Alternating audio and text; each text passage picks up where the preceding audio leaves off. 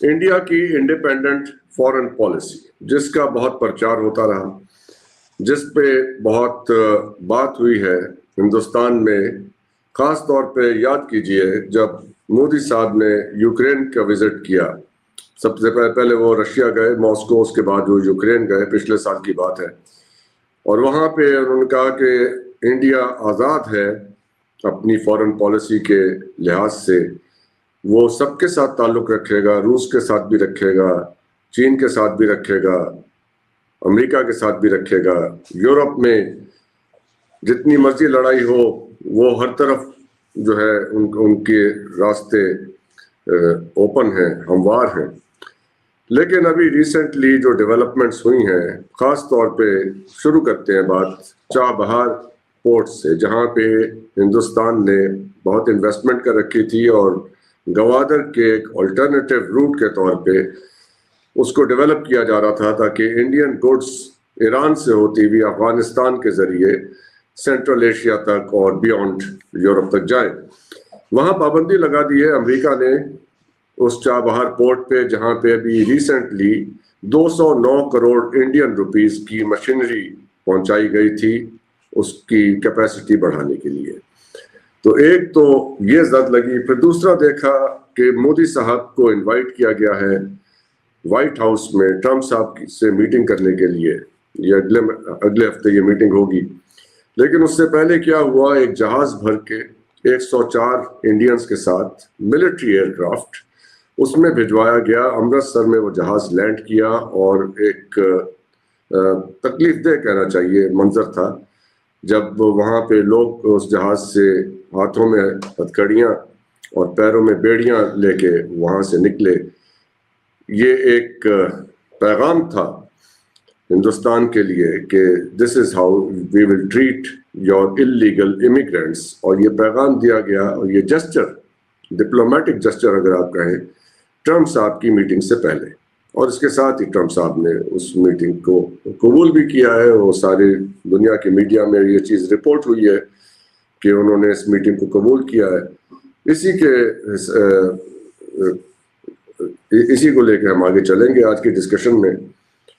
और अमेरिका में 7,25,000 गैर कानूनी इंडियन तारकीन वतन मौजूद हैं, और इंडिया को खदशा है कि ट्रम्प उन्हें वसी पैमाने पे मुल्क बदर न कर दे। इसके अलावा ये भी खदशा है कि ट्रम्प इंडिया के लिए H1B वीज़ों को भी ख़त्म न कर दे। 2023 में जारी किए गए 3,86,000 H1B वीज़ों में से तकरीबन 3/4 इंडियन शहरियों को दिए गए। डोनाल्ड ट्रम्प इंडिया पर गैर ज़रूरी तौर पे ज़्यादा तजारती महसूलात आयद करने का इल्ज़ाम भी लगा चुके हैं। यहाँ तक कि उन्होंने इंडिया को टेरिफ किंग भी कहा और जवाबी महसूलात लगाने की धमकी भी दी। भारत रूस का रवायती इत्तेहादी रहा है, उससे दफाई साजो सामान खरीदता रहा है, लेकिन ट्रम्प माजी में रूस के बारे में मुतनाज़ मौक़िफ़ रखते हैं। भारत को खदशा है कि वो रूस से हथियारों और तेल की खरीदारी पे दबाव डालेंगे। ये आज होगी डिस्कशन। हमारे साथ इंडिया से मौजूद हैं अलग वास्तव साहब, और पाकिस्तान से हमारे साथ ज्वाइन करेंगे आसिफ अली भट्टी साहब, डॉक्टर सैन जावेद साहब। रोहित शर्मा साहब का इंतज़ार है कि वो भी हमें इस डिस्कशन में ज्वाइन करें। तो आलोक जी, आपसे ही इस बातचीत का आगाज़ करते हैं। काफ़ी, if you allow me to use the word, humiliating था। और दिल्ली में हमने देखा कि ट्रम्प साहब के पुतले जलाए गए, बहुत प्रोटेस्ट हुए इस बात पे, जिस अंदाज से इलीगल इमिग्रेंट्स को वापस भेजा गया। ये तो this is not India specific, सारी दुनिया के इस तरह के इमिग्रेंट्स जो हैं अमेरिका में और दूसरे मुल्कों में मौजूद हैं, लेकिन ये अंदाज समझ में नहीं आया। और उससे पहले कि ट्रम्प साहब को ऑफिशियल विजिट पे भी इनवाइट किया गया, तो ये क्या जेस्चर था और इंडिया में इसको कैसे अब इस वक्त कैसे देखा जा रहा है? मोदी साहब ने जो कबूल किया है, कोई प्रोटेस्ट नहीं है इंडिया की तरफ से, टोटल साइलेंस है, खामोशी से उन 104 लोगों को रिसीव कर लिया गया, और हो सकता है और भी कई हजारों को इस तरह से रिसीव किया जाए। Nothing happened on the official level. आराम से खामोशी से किया, और खामोशी से ही बगैर बुरा मनाए मोदी साहब अब चले जाएंगे। और ये इंडिया की इंडिपेंडेंट फॉरेन पॉलिसी थी। जिसके नतीजे में उन्होंने ये अमेरिका ने इस वक्त आपके साथ किया। देखिए डॉक्टर हसन, जो कवायद डोनाल्ड ट्रंप वहां कर रहे हैं वो कवायद हम भी अपने यहाँ कर रहे हैं। हमारे जिस तरीके से जो लोग ये लोग वहां गए हैं, इनके पास न वैलिड पासपोर्ट था न वैलिड वीजा था, तो एक तरीके से तो ये भगोड़े थे यहाँ से। बल्कि आज ही मैं डिस्कशन कर रहा था किसी डिप्लोमेट से कि इनके ऊपर तो यहां भी केस चलेगा कि how you left the country. और मिलिट्री एयरक्राफ्ट में 140 आदमी को लेके आए, ये लोग बेताब थे यूएसए में रहने के लिए, किसी भी तरीके से ये वहां पहुंच गए। कौन कौन से रूट इन्होंने तय किए होंगे ये तो यही बता पाएंगे, but yes there are lot of pigeon flyers operating on these lines in India who have links in Dubai also। तो जब हम भी ये कवायद कर रहे हैं अपने यहाँ, हम भी पकड़ पकड़ के वापस कर रहे हैं, तो 140 के एयरक्राफ्ट में अगर मान लीजिए इनको खुला छोड़ दिया जाता तो 140 के पीछे तो 140 सिक्योरिटी नहीं थी इसके अंदर, एयरक्राफ्ट का क्रू था और 2-4 आदमी और रहे होंगे।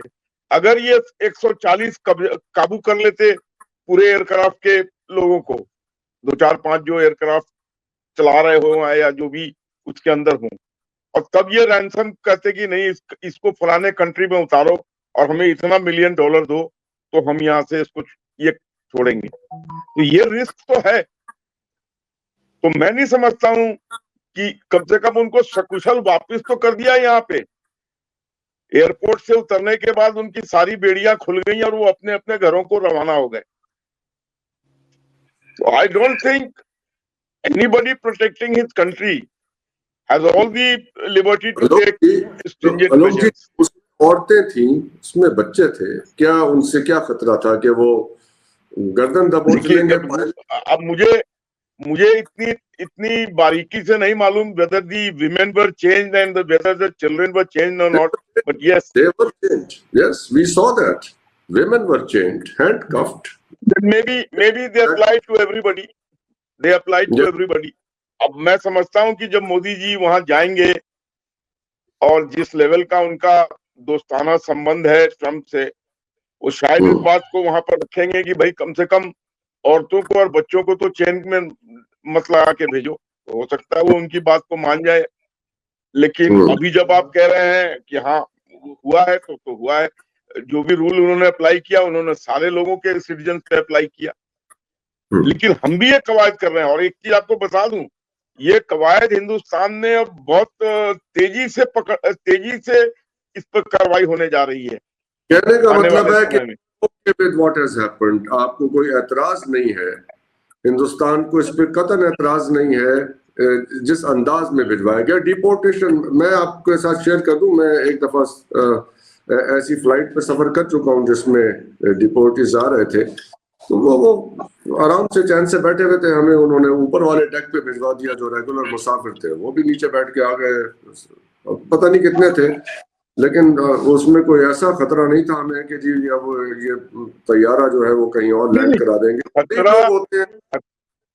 लोग होते हैं, बात नहीं कर रहा हूँ मैं, एक अंदेशा लगा रहा हूँ कि अगर 140 आदमी क्रू को कैप्चर कर लेता और कहता कि अपने अब इस फ्लाइट को मोड़ो, अब इसको फलाने कंट्री में उतारो, वो गरीब लोग अंदेशा लगा रहा हूँ। और वो I'm not saying that this would have happened। मैं कह रहा हूँ ऐसा भी कुछ हो सकता था, तो क्या करता वो क्रू? तो उसको जाना पड़ता जहां वो ले जाते। लेकिन मैं नहीं समझ, अच्छा आपके पाकिस्तान से अगर इस तरीके के लोग कहीं चले जाएं और पकड़े जाएं, तो क्या उनको वहां पर वीआईपी ट्रीटमेंट देके पाकिस्तान लौटाया जाएगा? यहाँ से 15-20 साल पुरानी बात है, मैं एक ऐसी फ्लाइट पे आया था जिसके जहां पे तो पाकिस्तान के भी होंगे ऐसे डिपोर्टीज, तो वो नीचे वाले डेक पे बैठे थे, गरीब लोग थे। जाहिर है वो हालात से कोई मजबूर हो कहीं इस किस्म की हरकत करता है ना, कश्ती में बैठ के कहीं चला जाए, जैसे आप देखते होंगे पाकिस्तानी, वो अपने हालात से मजबूर गरीब लोग होते हैं। वो कोई टेररिस्ट कोई ऐसे थोड़ी लोग होते हैं कि वो वो इस काबिल होते तो कुछ अपने घर में गरीबों। Sir let me tell you, ये गरीब नहीं होते हैं, उस लेवल के गरीब नहीं होते हैं कि ये कटोरे में भीख मांग के अपना पेट पाल रहे हों। ये 10-10 लाख, 5-5 लाख, 20-20 लाख, 25-25 लाख रुपए देके डील करते हैं। कोई अपनी माँ की ज्वेलरी बिकवाता है, कोई अपने बाप का खेत बिकवाता है, कोई ये तो I will not call them गरीब। अरे गरीब हो तो 25 लाख लेके यही कुछ कर लो, यही कोई दुकान खोल के बैठ जाओ।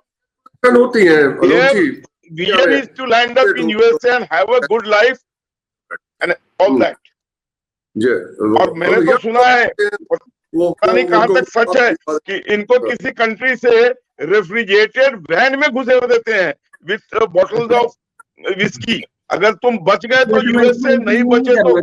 मुझे सिर्फ ये बताएं, तो इस सारे मुद्दे के ऊपर फिर ट्रंप के पुतले क्यों जला रहे?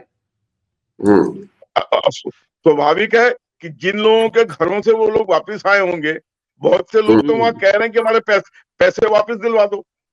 अरे पैसे किसने लिए? इंडिया गवर्नमेंट को क्या मालूम? भट्टी साहब, ये कोई पूरे भारत में ट्रंप के पुतले नहीं जले। ये जहाँ के लोग थे वहां के कुछ लोगों ने पुतले जला दिए। इंडिया डेमोक्रेटिक कंट्री है, ये राइट है लोगों को अपने रोष व्यक्त करने का, तो किसी ने कर दिया।